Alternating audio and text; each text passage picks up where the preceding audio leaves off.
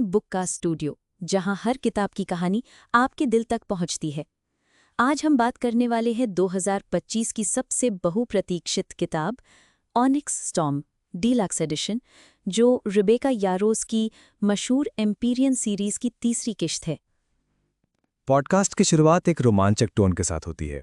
श्रोता को यह बताया जाता है कि आज की किताब एक फैंटेसी, रोमांस और एक्शन से भरपूर सफर है। एम्पीरियन सीरीज एक काल्पनिक दुनिया में स्थापित है जहां लोग ड्रैगन की सवारी करते हैं और युद्ध उनका जीवन है। हमारी नायिका वायलेट सॉरन गेल हैं, जिसे शुरुआत में कमजोर समझा जाता है, लेकिन वो साबित करती हैं कि असली ताकत दिल और दिमाग से आती है। इस भाग में वायलेट का परिचय मिलता है और एम्पीरियन दुनिया की बुनियाद समझाई जाती है। एक जादुई, युद्ध प्रधान दुनिया जहां ड्रैगन राइडर्स ही असली योद्धा होते हैं। पिछली किताबों के अंत में वायलेट और ज़ीडन को सच्चाई का एहसास हो चुका था कि असली दुश्मन बाहर नहीं बल्कि भीतर छुपा है। ऑनिक्स स्टॉर्म में वायलेट अपनी कमजोरी के बावजूद नेतृत्व संभालती है और अपने रिश्तों, युद्ध और खुद के अस्तित्व के लिए लड़ती है। मुख्य संघर्ष दिखाया गया है: वायलेट की मानसिक और शारीरिक चुनौती, उसका प्रेम ज़ीडन से संबंध और आंतरिक विश्वासघात। यह सेगमेंट कहानी को भावनात्मक और राजनीतिक गहराई देता है। टेन और अंडारना सिर्फ वायलेट के साथी नहीं, उसकी आत्मा का हिस्सा है।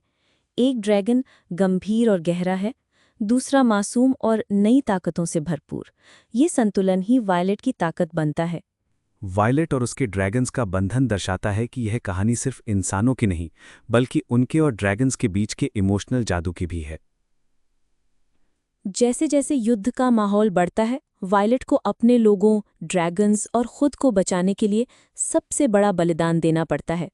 अंत में वो साबित करती है कि वो केवल एक राइडर नहीं बल्कि एक नेता है, जो एक नई क्रांति का चेहरा बन सकती है। क्लाइमैक्स में वायलेट की पूरी ताकत, नेतृत्व और बलिदान की भावना झलकती है। कहानी एक दमदार मोड़ पर समाप्त होती है, जो अगली किताब के लिए उत्सुकता जगाती है। अगर आप फैंटेसी, राजनीति, रोमांस और मजबूत महिला नेतृत्व की खोज में हैं, तो ये किताब जरूर पढ़िए।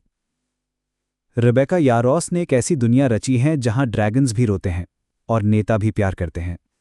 ये सेगमेंट श्रोताओं को किताब पढ़ने के लिए प्रेरित करता है, इसकी गहराई, भावनाएं और रोमांच को हाईलाइट करता है। तो दोस्तों, यह था बुक का स्टूडियो का आज का एपिसोड। उम्मीद है वायलेट की यह कहानी आपको छू गई होगी।